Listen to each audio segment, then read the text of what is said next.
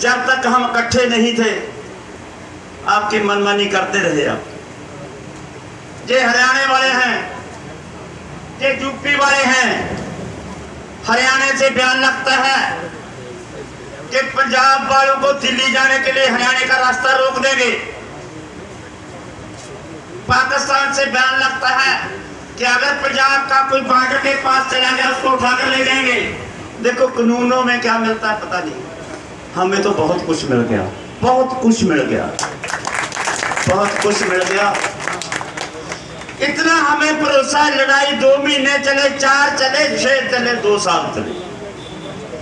इतना हमें पता है कि सारी दुनिया को हमने बता दिया कि आंदोलन ऐसे लड़ा जाता है। सिर्फ दुनिया के अंदर मिसाल है कि अलग अलग विचारों की जथेबंदियां इकट्ठी हुई हैं। बहुत जथेबंदियां ऐसी हैं जिनका पार्टियों के साथ संबंध है, लेकिन वो सारे के सारे लोग ये बोलते हैं जब तक मोर्चे का फैसला नहीं होता पंजाब की चोन की हम बात भी नहीं करेंगे। कि 5000 ट्रैक्टर अगर जींद शहर के इलाके में मार्च करके पत्ता नहीं किसी का तोड़ता तो 5 लाख क्या नुकसान कर सकते। ये आप लोगों ने मिसाल पैदा की, लेकिन इस मिसाल ने पता क्या कर दिया कि हरियाणा की सरकार को फैसला करना पड़ गया कि 7 जिलों में हमारे संसद झंडा चढ़ाने की लहर नहीं करेगी। हम प्रयास करेंगे कभी इस मोर्चे का अगर कुछ बन जाता है, नरमाना में करें, टहाना में करें, जींद का इस किसी इलाके में हम बनाएंगे, हम एक बड़ा कट करें। बड़ा कट में दोनों स्टेटों का हो जाए, दूसरी स्टेट का नहीं हो सकता, तो हरियाणा और पंजाब का एक बड़ा कट जिसमें हमारी सांझ अपनी करंगड़ी और पक्की होती हो, उसमें हमारी बहनें, बड़ा कट जगह अपने चुनना होगा। हरियाणा में कोई भी जगह चुन लेना। बहुत ही सत्कारयोग बहनों, बच्चियों और किसान भाइयों, हमें आपके टोल प्लाजे पर आने से ऐसे नहीं लग रहा कि हम हरियाणा में बोल रहे हैं, क्योंकि मैं जिस जगह में खड़ा हूँ पंजाबी का, मेरा हिंदी बोलूंगा मैं, मुझे मालूम है भी अगर मैं पंजाबी बोलना चाहूँ तो आपको बहुत अच्छी तरह समझ आ जाता है। आपको मैं ये बताना चाहता हूँ जिस जगह में मैं आज बोल रहा हूँ, ये मेरे लिए कोई ऊपरी जगह नहीं है, ये मेरा अपना जिला है। मैं ये समझ रहा हूँ भी मैं अपने घर वाले, अपने भाइयों के साथ, अपने पड़ोसियों के साथ ही बात कर रहा हूँ, ऐसा मुझे लगा। मुझे एक बात, मेरा सिर झुकता है जब आप लोग मेरी शलाघा करते हैं। मुझे महसूस होता है कि जरूरत से ज्यादा मेरे को उठा रहे हैं।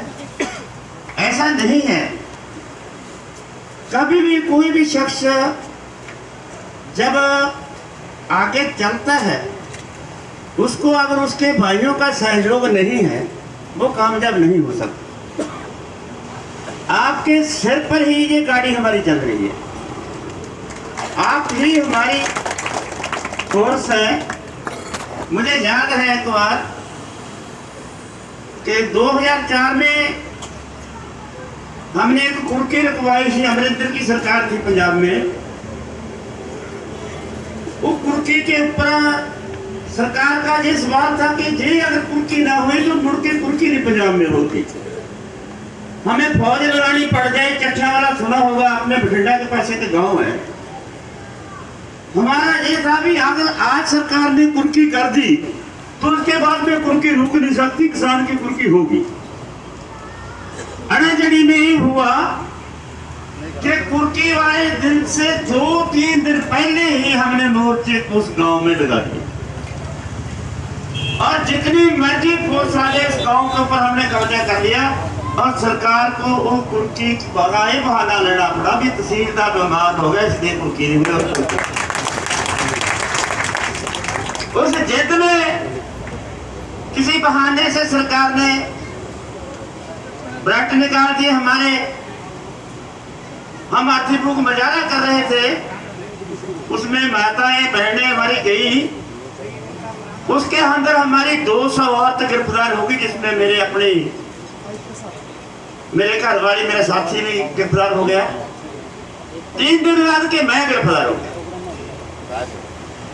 मेरे पास घर में कोई नहीं था, मेरी बच्चियां थी 2, एक मैरिड थी दूसरी अनमैरिड थी। जब मेरे बापूजी थे वो बीमार थे। यानी मैं जो सहयोग की बात करता हूँ कि आदमी जो वह कभी भी बड़ा नहीं होता, अपने आप भाइयों के साथ बड़ा होता है। तब जो मेरे घर की हालत थी, यानी जो मेरी बेटी बची है उसके घर की हालत को जो आपके आसपास के घर में पड़ोसी थे वो लोगों ने ऐसे महसूस नहीं होने दिया कि आपकी माता को जेल में चले गए। अभी जो हम ये लड़ाई लड़ रहे हैं, मैं बहुत छोटा किसान हूँ, बहुत नजदीक मेरा गांव है, इधर से आवाज मारे तो सुन जाएगा। और मेरी कोई अप्रोच भी नहीं है और मैं आज तक कोई चोण भी नहीं लड़ा, मेरी अपनी कोई अप्रोच। हमारे पास हमारी ऑर्गेनाइजेशन का मैं एक जिम्मेवार व्यक्ति हूँ, आपको हूँ। मेरी इतनी ही जिम्मेवारी है कि मैं अपनी जिम्मेवारी को ईमानदारी से निभाता। और इस ताकत की ये शक्ति है कि 28 तारीख को जब हम दिल्ली गए तो 28 तारीख को जब आपका काफिला जो साथी बोल रहे हैं निर्माणा के बीच में गया, आपने कितना सहयोग दिया, कितना प्यार दिया, इसकी ना तो व्याख्या हो सकती है, ना ही शब्दों में इसकी तारीफ हो सकती है, ना ही भाई साहब इसकी कोई कीमत है, ना ही ये बोलने वाली बात। मैं 28 तारीख को जब हमारा काफिला दिल्ली में गया तो अमित शाह का फोन आता है कि प्रधान जी आप ऐसा करें, वो कौन सा ग्राउंड है भाई? बरगाड़ी ग्राउंड में चले जाओ, बराड़ी में। उसमें आपका बाथरूम का प्रबंध है, मेडिकल का प्रबंध है, जगह बहुत खुली है, आपका व्हीकल भी खड़ जाएगा, 1-2 लाख आदमी है वो भी खड़ जाएगा। हमने बोला भी भाई हमने तो मांगा नहीं था, बराड़ी का जो मैदान है हमने तो जंतर मंत्र मांगा है, जंतर मंत्र में भेज दो। उनका जवाब था भी जंतर मंत्र में 2000 आदमी से ज्यादा नहीं रुक सकता। मैं कहा कि 2000 आदमी ही रुकेगा, आपके पास 2 लाख आदमी है। हमने बोला भी 2000 आदमी हम वहां पर बैठा देंगे, बाकी को कहां पर एडजस्ट करना वो हमारा काम है, आप हमें जंतर मंत्र दे दो।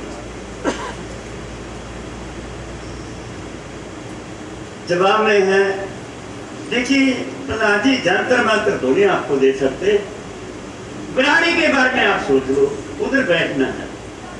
मोड़वा जवाब था अपना भी आपको बराड़ी नहीं देते, आप जंतर मंत्र नहीं देते, हम बराड़ी लेते नहीं।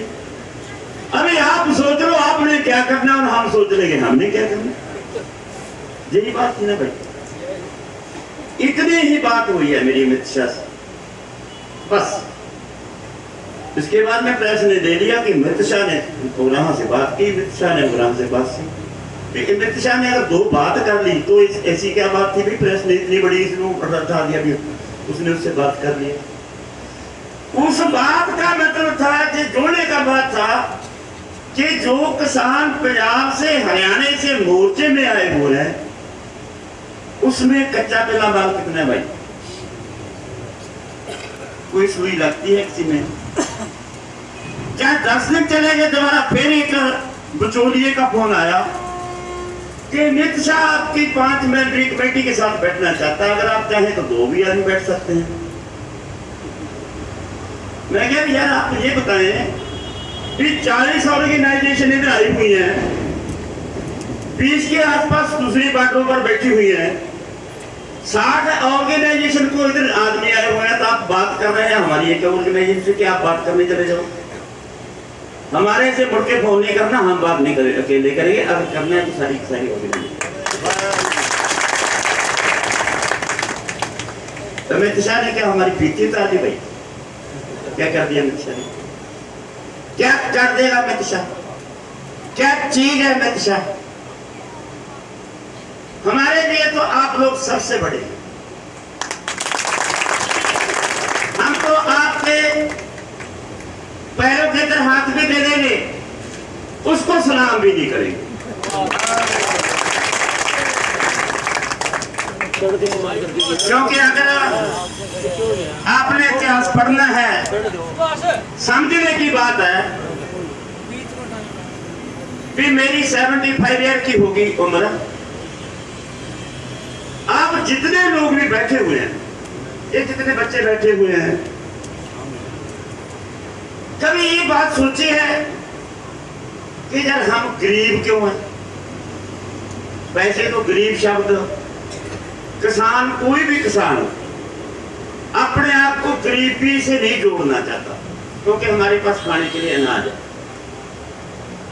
लेकिन अगर सहूलतों के हिसाब से, हमारी क्वालिटी के हिसाब से, हमारे काम के हिसाब से जो फैसिलिटी हमें मिली हुई है, हमारी आर्थिकता के हिसाब से हम गरीब हैं। हमारे हर एक बच्चे के लिए अलग अलग कमरा चाहिए, अच्छी कोठी चाहिए, अच्छा खाना दाना चाहिए, अच्छा जीवन चाहिए, एतवार की छुट्टी हो, 8 घंटे काम करना हो, बुढ़ापा पेंशन हो, बच्चे की फ्री पढ़ाई हो, फ्री इलाज हो, उनकी नौकरी हो, उनका प्रबंध हो, मापे बच्चों पर भार ना पड़े और बच्चे मापों के ऊपर वजन ना पड़े, निर्भर ना हो कोई किसी के ऊपर। क्या ऐसा प्रशासन नहीं दिया जा सकता? क्या ऐसा प्रशासन नहीं दिया जा सकता कि जहां के लोग सारे के सारों की आर्थिकता बराबर हो? ये कहानी बांट क्यों है? कोई छोटा है, कोई बड़ा है, कोई अमीर है, कोई गरीब है। जब ये सवाल उठता है तो हमारे अंदर धार्मिक परंपराएं की बात चलती है। अक्सर बोला जाता है कि भाई हमारी किस्मत माड़ी। क्यों भाई? जो मनुष्य सवेर से लेकर शाम तक अपने खेतों में काम करता है, जो 6 महीने काम करने का उजरत को पूछने का हकदार ही नहीं, मेरी उजरत कब मिलेगी, कहां से मिलेगी, उसने क्या बड़ा कर दिया भाई?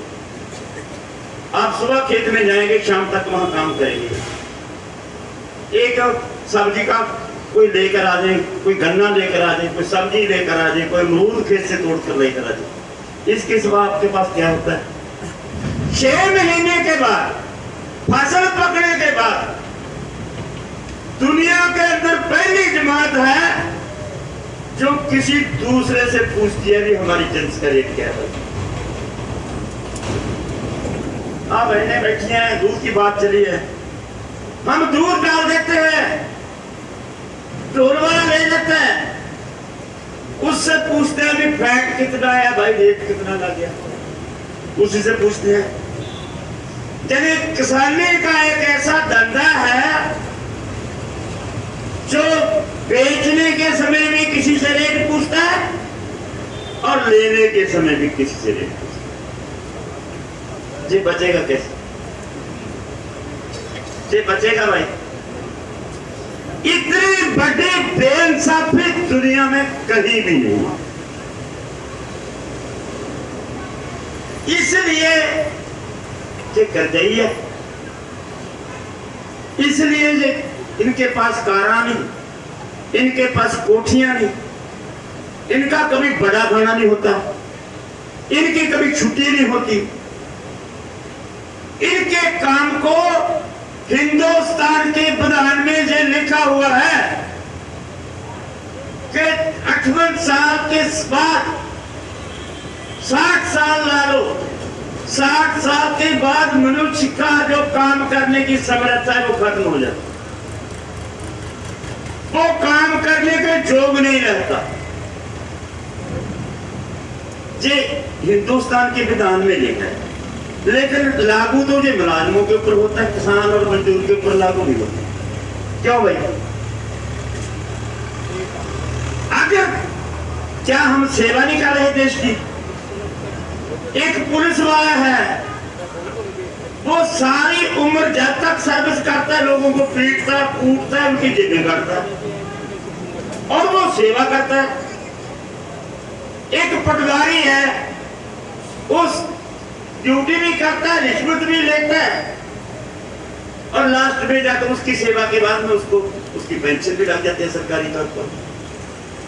ये ठीक गलत नहीं है, मुलाजमों की पेंशन होनी चाहिए, लेकिन किसानों की पेंशन कानूनी तौर पर कानून क्यों नहीं बना भाई?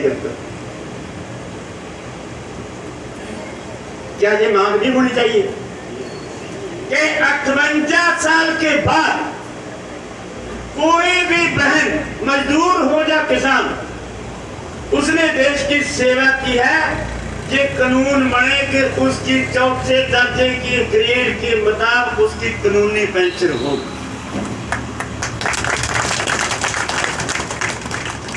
ये देने वाला कानून कौन बनाएगा? हमें खोसने के लिए तो आपके पास कानून है, हमें देने के लिए आपके पास कानून क्यों नहीं है? ये सवाल कौन करेगा? अभी आप बच्चे पढ़ा रहे हैं, हमने तो बहुत देर पहले बोला था कि भाई प्राइवेट स्कूलों में बच्चे भेजने बंद कर दो, सरकारी स्कूल तुम्हारे हैं। लेकिन समझ में नहीं आई बात। पहले सरकारी स्कूल फेल किए, उनके स्कूलों से ऊपर विश्वास उठा दिया, आपका छुट्टी दे दी। कोई अध्यापक आता है आए, आता है नहीं, शराब पीता है शराब पिए, कोई स्वाट निकाल के स्वाट निकाल, कोई एब्सेंट होती है हो जाए, कोई इंक्रीमेंट में फर्क नहीं, कोई प्रमोशन में फर्क नहीं, कोई अध्यापकों के ऊपर कोई निगरानी। लेकिन सरकारी स्कूलों का ऐसा हाल कर दिया कि साथ में एक कानून भी बना दिया, सर्कुलर जारी कर दिया कि किसी भी बच्चे को फेल नहीं करना। क्या बात है? और आप लोगों से ये मुंह से बोलने लगे कि सरकारी स्कूलों में जब बच्चा जाएगा तो अनपढ़ है। अभी मैं सरकारी स्कूल का अध्यापक, मेरी उम्र के जितने डॉक्टर, अफसर, वकील, एडवोकेट, जज वगैरह हैं, सबके सब सरकारी स्कूलों में पढ़े हुए हैं। अमरिंदर सरकारी स्कूल का, बादल सरकारी स्कूल का, ये तो अनपढ़ है जो भी आपने बैठाया उधर। जितने लोग अफसर बनते हैं, डॉक्टर बनते हैं, विज्ञानी बनते हैं, वो सरकारी स्कूलों से। उसके बाद में ये बात लेकर आ गए, क्योंकि प्राइवेट स्कूल खोलने थे, पॉलिसी बदलनी थी। वो पॉलिसी ऐसी बदली कि प्राइवेट स्कूलों को छूट दे दी, और आप लोगों ने ऐसा किया अभी सरकारी स्कूलों से बच्चे निकाल के प्राइवेट स्कूलों में भेज दी, क्योंकि दूसरी मीडियम अंग्रेजी थी। किसी अनपढ़ बंदे को जैस नो और बट कट बोल दिया बच्चे ने तो अंग्रेजी बोलने लग गया। भाई मेरा तो बच्चा, क्या बात है, सरकारी स्कूल में कुछ नहीं था, प्राइवेट स्कूल ने तो इतनी विद्या दे दी। उधर का शिकायत होगा ना आपका। और इधर सरकारी स्कूलों में बच्चे किसके हुए? गरीब, मजदूर। उनको विद्या नहीं देनी, उनको मिड डे दे दिया। मिड डे कभी मांगा था भाई आपने? मिड डे बच्चा जाता स्कूल, जाते ही बच्चे टीचर बोल देती है भैया ले जो बाल्टी, जाके लस्सी लेकर आओ गांव में। आजकल पंजाब और हरियाणा के गांव में लस्सी बारना खाला जी का बड़ा जी भाई है ना, बता आपको। और लस्सी लेकर आता है, कड़ी बनाएंगे। जिन्हें सरकारी स्कूल बच्चे संभालने का एक ग्राउंड बन गया, एक फील्ड बन गया, और सब के सब बच्चे प्राइवेट स्कूलों में गए। प्राइवेट स्कूलों में महंगी है विद्या। नर्सरी पहली जमात होती थी, पहले आप पुराने बंदे जानते हैं, पहली को बात दूसरी, दूसरी तो बात तीसरी। इसका नर्सरी LKG पैकेजी फलाना जी पता नहीं कितने वो LKG ਦੇ ਵਿੱਚ ਹੀ 4 ਸਾਲ ਘੁੰਮਦਾ ਰਹਿੰਦਾ, ਉਹਦੀ ਫੀਸ ਖਾਮਖਾ ਭਰਨੀ ਪੈਂਦੀ। ਉਹ ਬੱਚੇ ਪੜਾਉਣ ਤੋਂ ਬਾਅਦ ਅਕੈਡਮੀਆਂ 'ਚ ਬੱਚੇ ਪੜਾਉਣ ਤੋਂ ਬਾਅਦ ਜਦੋਂ ਬੱਚੇ ਕਿਸੇ ਐਜੂਕੇਸ਼ਨ ਡਿਊਟੀ ਤੇ ਜਾਣ ਯੋਗ ਹੁੰਦੇ ਨੇ, ਕੋਈ ਡਿਗਰੀ ਹੱਥ 'ਚ ਆ ਜਾਂਦੀ ਹੈ, ਤਾਂ ਉਹਨਾਂ ਵਾਸਤੇ ਨੌਕਰੀ। ਸਰਕਾਰੀ ਸਕੂਲਾਂ ਦੇ ਵਿੱਚ ਵੈਕੈਂਸੀਆਂ ਬੰਦ, ਸਰਕਾਰੀ ਸਕੂਲ ਬਹੁਤ ਵੱਡੀ ਗਿਣਤੀ 'ਚ ਬੰਦ, ਬਿਜਲੀ ਬੋਰਡ ਦੇ ਵਿੱਚੋਂ ਵੈਕੈਂਸੀਆਂ ਬੰਦ, ਠੇਕੇਦਾਰੀ ਸਿਸਟਮ ਬੰਦ, ਸਿਹਤ ਸੇਵਾਵਾਂ ਦੇ ਵਿੱਚ ਵੈਕੈਂਸੀਆਂ ਬੰਦ, ਰੋਡ ਵਿੱਚ ਵੈਕੈਂਸੀਆਂ ਬੰਦ, ਰੇਲਵੇ 'ਚ ਵੈਕੈਂਸੀਆਂ ਬੰਦ, ਫੌਜ ਦੇ ਵਿੱਚ ਮੋਦੀ ਹੁਕੂਮਤ ਨੇ 1 ਲੱਖ ਦੀ ਗਿਣਤੀ ਵਧਾ ਦਿੱਤੀ ਪਿਛਲੀ ਫੌਜ ਨੂੰ। ਜਿੰਨੇ ਪਬਲਿਕ ਅਦਾਰੇ ਦੇ ਵਿੱਚ ਨੌਕਰੀਆਂ ਮਿਲਦੀਆਂ ਸੀ वो बंद कर। और क्या है, सरकार की जिम्मेवारी नहीं बनती कि अगर बच्चा क्वालिफिकेशन जब फुल हो गया तो उसको रोजगार का प्रबंध सरकार ने करना है कि भाई हमने करना। अगर सरकार नहीं कर सकती तो सरकार कानून बनाए कि जब तक आपके बच्चे को रोजगार नहीं मिलता इसको बेरोजगारी भत्ता मिलेगा जिससे अपना जीवन निर्वाह कर सके। ऐसा कानून नहीं बन सकता था भाई, नहीं ना बना। किसान मजदूर के लिए भी कानून नहीं बना, बेरोजगार बच्चों के लिए भी कानून नहीं है, कहीं रोजगार भी नहीं है, तो कर्जा क्यों नहीं चलेगा? खेती नीति नहीं है। खेती में जो रेट नीति बनाते हैं रेट तय कर देंगे, वो नीति बनाने वाले लोग आपका खर्चा जोड़ेंगे किले का, एजुकेशन छोड़ देंगे, चूल्हे का खर्चा छोड़ देंगे, सेहत सेवाओं का खर्चा छोड़ देंगे, मकान की सारी का खर्चा नहीं जोड़ते, रकम का ब्याज नहीं जोड़ते। 1 एकड़ का ठेका पता है कितना जोड़ते हैं? ठेका 1 एकड़ का, 1 एकड़ का ठेका जो नीति तय करते हैं, रेट तय करते हैं, 13,000 रुपया 1 एकड़ का ठेका जोड़ते हैं। 1 एकड़ का जितने आप बैठे हैं कोई 13,000 में देने वाला है भाई? एकड़ 1 बीघा भी नहीं देगा, 1 बीघा भी नहीं मिलता। हमारे यहाँ पर जहाँ पर आप बैठे हैं, जिस तस्वीर में मैं बैठा हूँ, मुझे इस बात का पता भी 60, 65, 70 तक का है इसका रेट 1 एकड़ का, लेकिन वो लोग 13,000 रुपये देते। रौला किस बात का है कि जितनी भी नीति बनती है वो हमारी जेब से पैसे निकाल के कारपोरेट को देने की। यही एक कारण है कि हमारे परिवार का गुजारा खेती से चल नहीं रहा, इसीलिए हम दूध बेचने लगे हैं, इसीलिए हम कुत्तों को भी बेच रहे हैं। बेचना ही है भाई। 1 बच्चा है, सबके 2 बच्चे हो गए, 1 लड़की है, 1 लड़का है। दोनों के दोनों बच्चों को जमीन बेचकर 7 समुद्रों पार उनकी गोदी में बिठाते हैं जिनकी गोदी से निकलने के लिए हमारे शहीदों ने जान दी। इसी को विकास कहते हैं भाई, इसको विकास कहते हो कि जिससे आजादी लेने के लिए हम मुक्त हुए थे उसी के मुड़ के गुलाम बनाने जा रहे हो। उसी के ऊपर हमारी निर्भरता रहेगी क्या? अगर देश डेवलपमेंट कर गया, देश तरक्की कर गया, तो तरक्की किस बात को लेंगे आप? तरक्की लेंगे कि छोटे लोग कितने ऊंचे हो गए, इसको तरक्की बोलते।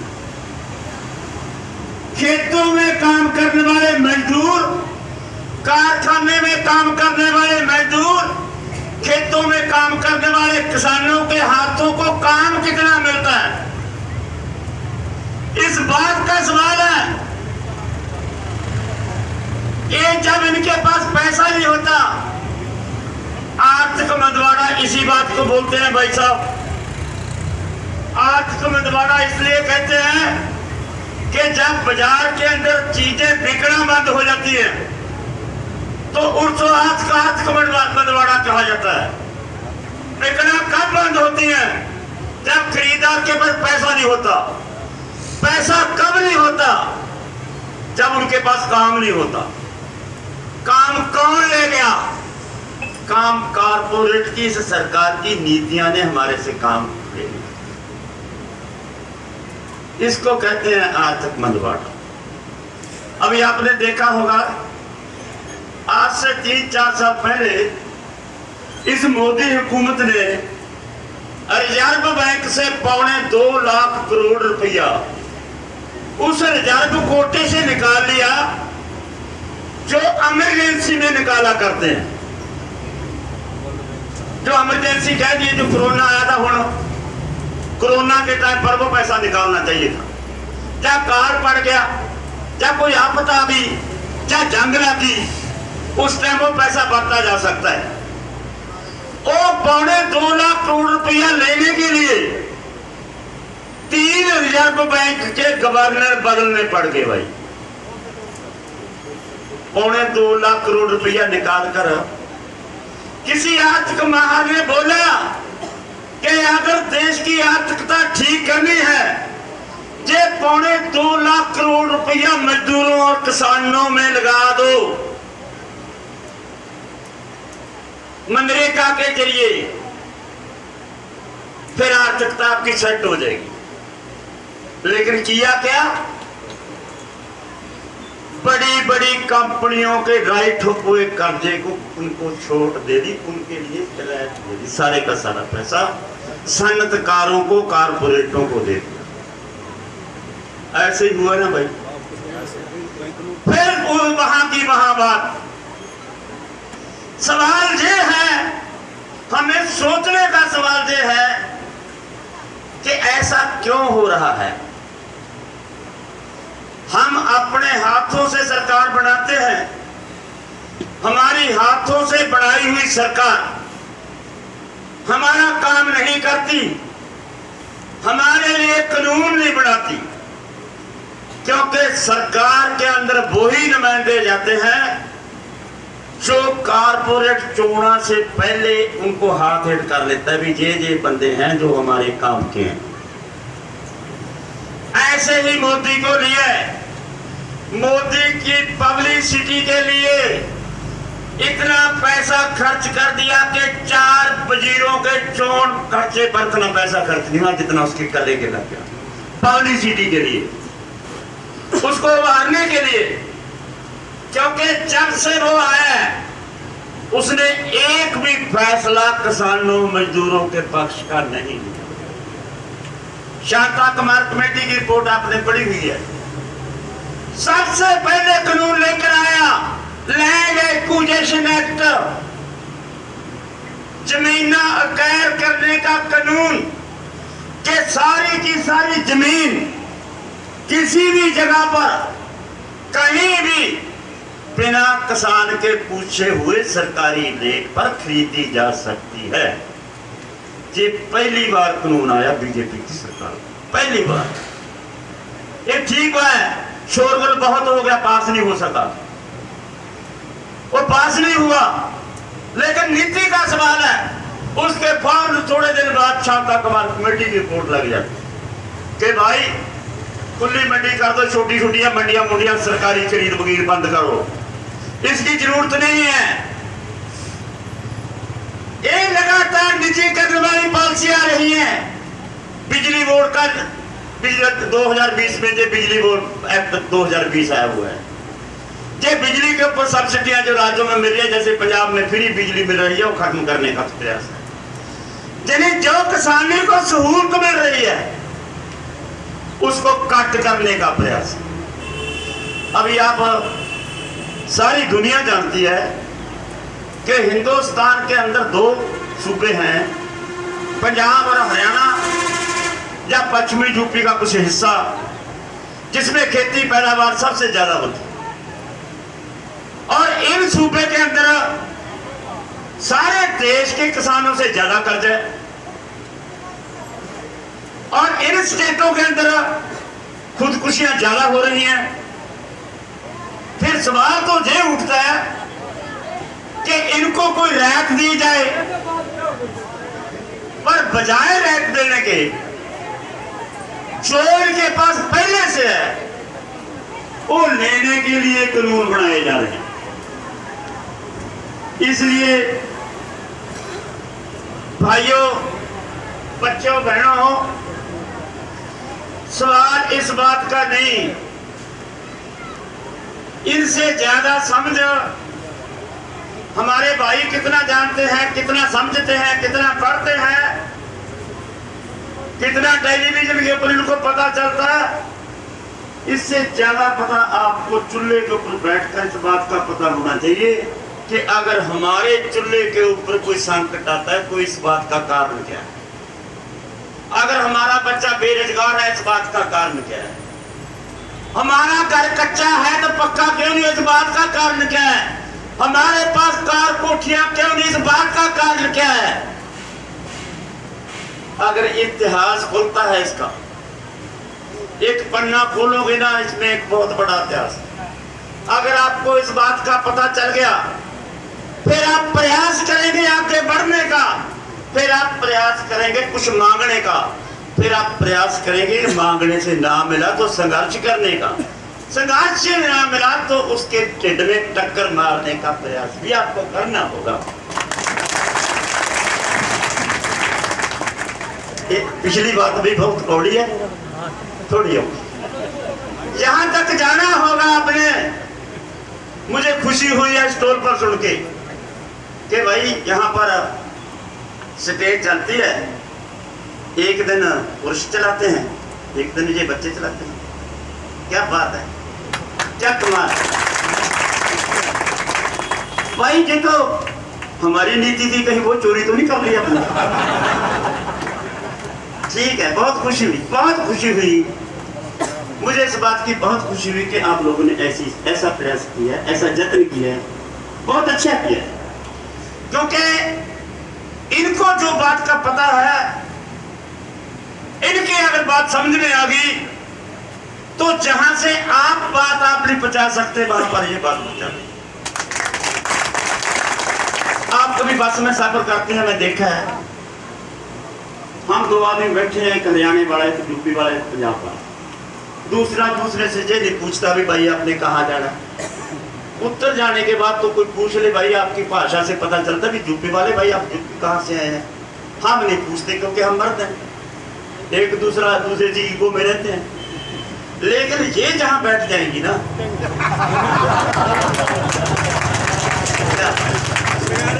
क्या बात, फिर भाई इससे बड़ा संचार का साधन आपके पास क्या हो सकता। ये तो ना, ये सचमुच ये बातें करने वाली बात नहीं, ये लड़ने वाली बात है। मैं आपको एक उदाहरण देता हूँ कि हमारे गांव में एक बहुत घमंडी था बंदा, उसने उनकी लिया। वो कहता है भी दुनिया वालों को बोल दो भी मैं कल को आपके गांव में कुर्की कराने आता, जिसने रोकना है रोक, मैं आऊं। और साथ में बोला भी फोर्स भी नहीं लेकर आऊंगा, पुलिस नहीं लेकर आता। वो मेरे पास आए, मैं कह रही ऐसे करो भी कुर्की रोकने के लिए जाओ जरूर आप, लेकिन जब वो कुर्की वाला गाड़ी से निकलता है ना, इन बहनों की ड्यूटी लगा दो कि उसके गिन गिन के पैसे उसको भेजे थे।